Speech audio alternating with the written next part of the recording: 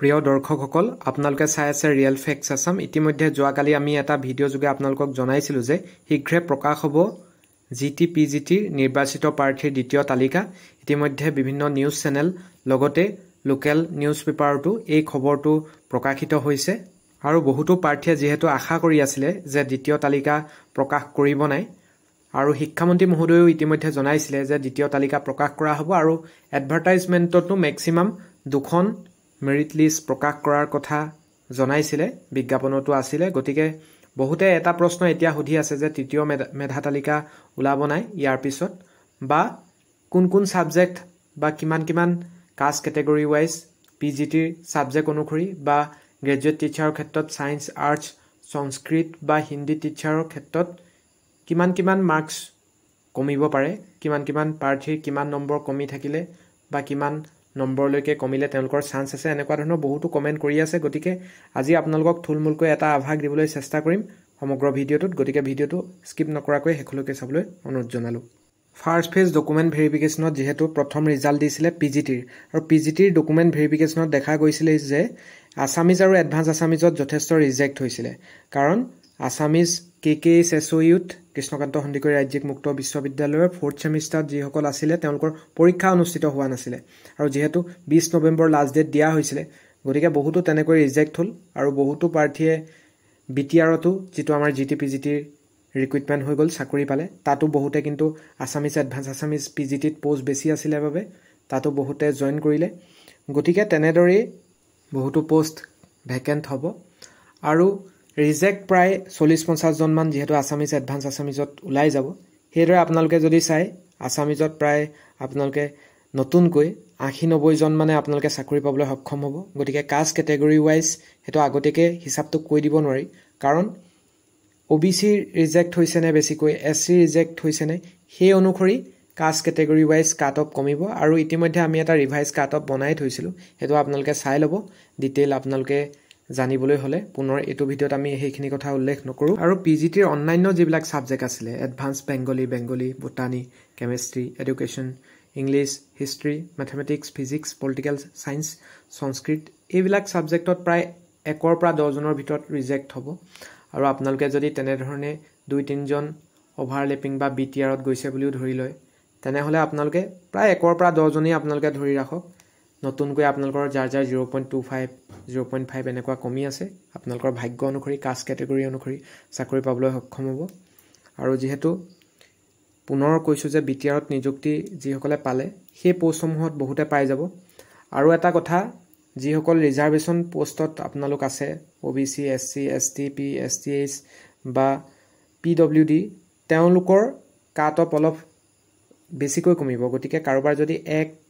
1.5 এনেকুৱাও কমি আছে তেওঁলোকে চাকৰি পাবলৈ সক্ষম হ'ব আৰু স্বাভাৱিকতে ইউআৰত অলপ হাই কাট অফ যাব সেকেন্ড ৰিভাইজ যেটো সেকেন্ড ফেজ ডকুমেন্ট ভেৰিফিকেশনৰ বাবে মাতিব তাত কাট অফ ইউআৰৰ অলপ বেছিকৈ যাব আৰু কাষ্ট কেটেগৰি ওয়াইজ অলপ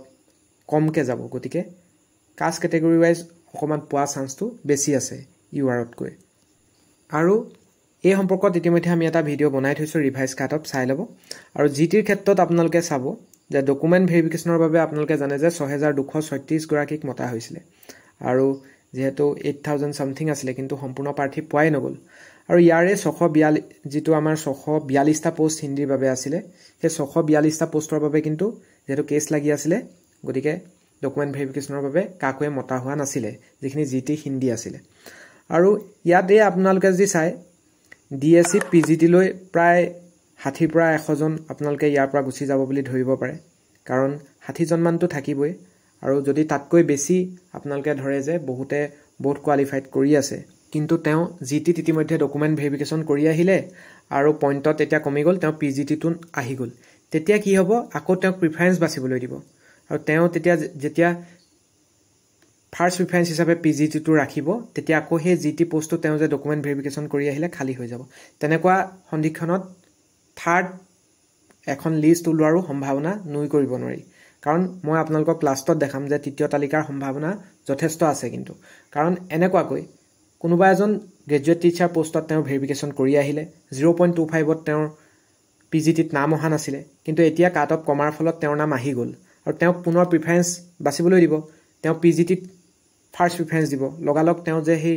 গ্ৰেজুৱেট টিচাৰত সিলেকশ্যন পাইছিলে তাৰ পৰা নামটো তেওঁ কাট খাই যাব আৰু সেইটো পোষ্টতটো বেলেগ এজনক দিব লাগিব আৰু শিক্ষামন্ত্ৰী মহোদয়ৰ পৰা আমি স্পষ্ট বক্তব্য পাইছিলোঁ যে এইবাৰ কিন্তু 1:1 ওপৰত গুৰুত্ব দিয়া হ'ব আৰু সেই 1:1 নোহোৱালৈকে শিক্ষা বিভাগে নিজৰ ফালৰ পৰা কামবিলাক কৰি থাকিব বুলি তেখেতে জনাইছিলে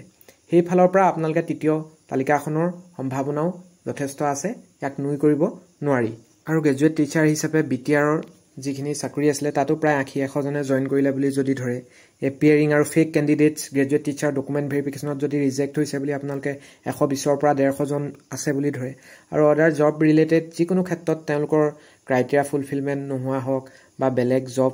কৰা সন্দৰ্ভত হওক যদি 50ৰ পৰা 100 জন আছে বুলি ধৰে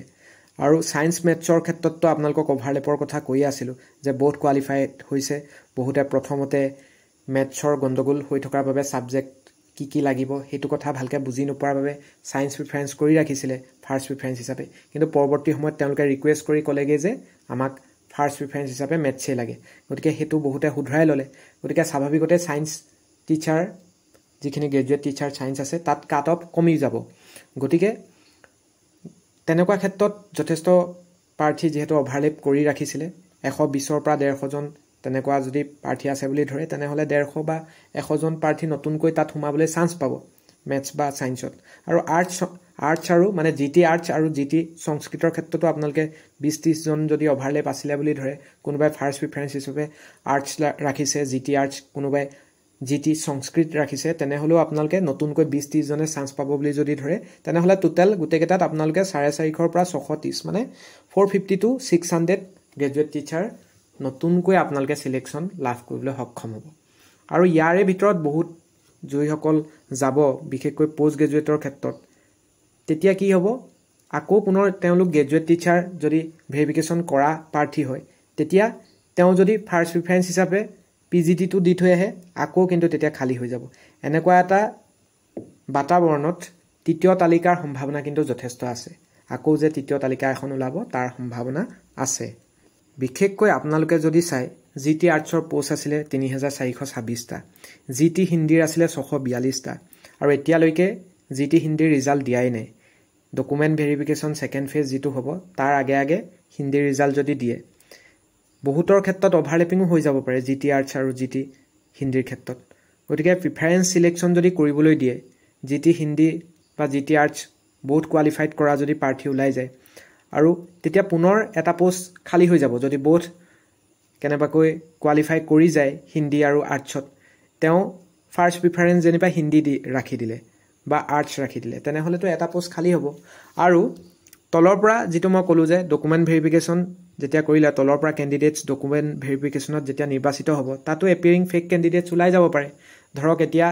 0.25 কমিলে কিন্তু 0.25 কোনোবা ফেক কেণ্ডিডেটছ এজনেৰে কমি আছিলে তেওঁতো এই আওতাটোত সোমাই যাব এই ছিষ্টেমটোত ছেকেণ্ড ফেজ ভেৰিফিকেশ্যনত তেওঁকো মাতিব কাৰণ ছিষ্টেমেতো গম নাপায় তেওঁ ফেক নে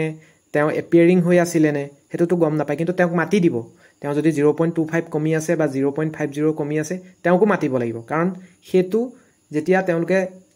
ভেৰিফিকেশ্যনত যাব তাৰপিছতহে গম পাব তেওঁ যে ফেক তেওঁ যে ডকুমেণ্টখিনি ইলিগেল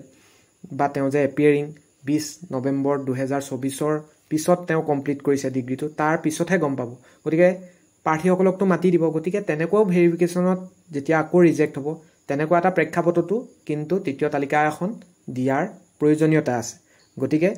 সম্ভাৱনাও আছে তৃতীয় তালিকা দিয়াৰ আৰু প্ৰয়োজনীয়তাও আছে নহ'লে কিন্তু 1:1 যিটো আমাৰ শিক্ষামন্ত্ৰী মহোদয়ে কৈ আছে বা শিক্ষা বিভাগে কৈ আছে সেইটো প্ৰকৃতাৰ্থত ফুলফিলমেণ্ট নহ'ব গতিকে আমাৰ তৰফৰ পৰাও এটাই অনুৰোধ জনাওঁ 1:1 নোহোৱালৈকে যিহেতু আপোনালোকে দেখিছে নিউজ চেনেলবিলাকত কৈ আছে বা বাতৰি কাকতত কৈ আছে যে 30 জুলাই তাৰিখৰ পৰা যিটো আমাৰ দ্বিতীয় তালিকা নথি পৰীক্ষণ প্ৰক্ৰিয়া আৰম্ভ হ'ব আৰু আগৰ দৰে সপ্তাহ জুৰি বা 6 দিন 5 দিন যি আমাৰ ডকুমেণ্ট ভেৰিফিকেশ্যন হৈছিলে এতিয়া যিহেতু প্ৰাৰ্থীৰ সংখ্যা কম 450ৰ পৰা 600 আৰু হিন্দীৰ 600 প্ৰায় আপোনালোকে 1000ৰ পৰা 1200 প্ৰাৰ্থীক মতা হ'ব তাকো 6টা মণ্ডলত গতিকে খুব কম সময়ৰ ভিতৰত 2 দিন 3 দিন খুব বেছি তাতকৈ কিন্তু সময় নলয় গতিকে জুলাই আগষ্টৰ ফাৰ্ষ্ট উইকৰ ভিতৰত ছেকেণ্ড ফেজ যিটো আমাৰ ডকুমেণ্ট ভেৰিফিকেশ্যন আগষ্টৰ ফাৰ্ষ্ট উইকৰ ভিতৰত কমপ্লিট হৈ যাব সম্পূৰ্ণ যিহেতু অফিচিয়েলো কিছুমান কাম থাকে সকলো যেতিয়া সেইবিলাক শেষ হৈ যাব তাৰ পিছত কিন্তু চৰকাৰৰ হাতত ছেপ্টেম্বৰ মাহটো থাকিব গতিকে আগষ্টৰ শেষৰ ফাললৈ যদি আকৌ পুনৰ তৃতীয় তালিকাৰ পৰাও মাতি দিয়ে, তৃতীয় তালিকা নিৰ্বাচন কৰি নথি পৰীক্ষণৰ বাবে মাতি দিয়ে, তেতিয়াও কিন্তু ছেপ্টেম্বৰত এখন ফাইনেল মেৰিট লিষ্ট চৰকাৰে উলিয়াবলৈ সক্ষম হ'ব। গতিকে চৰকাৰে যদি প্ৰকৃতাৰ্থত 1:1 মানসিকতাৰে এই সমগ্ৰ কাম কাজবিলাক চলাই আছে আৰু তৃতীয় তালিকাও দিয়াৰ সম্ভাৱনা আছে, তেনেহ'লে আপোনালোকে আগষ্টত পুনৰ এখন তৃতীয় তালিকা ওলোৱাৰ সম্ভাৱনা নুই কৰিব নোৱাৰে আৰু ছেপ্টেম্বৰত ফাইনেল এক্সেপ্ট লিষ্ট বা ৰিজেক্ট লিষ্ট উলিয়াই অক্টোবৰৰ 10 তাৰিখে এপইণ্টমেণ্ট লেটাৰ ইছ্যু কৰিবগৈ। সেইটোৱে মোৰ মতে ভাবি আছে। গতিকে আপোনালোকৰ কিবা যদি এই সম্পৰ্কত মন্তব্য আছে আপোনালোকে জনাব।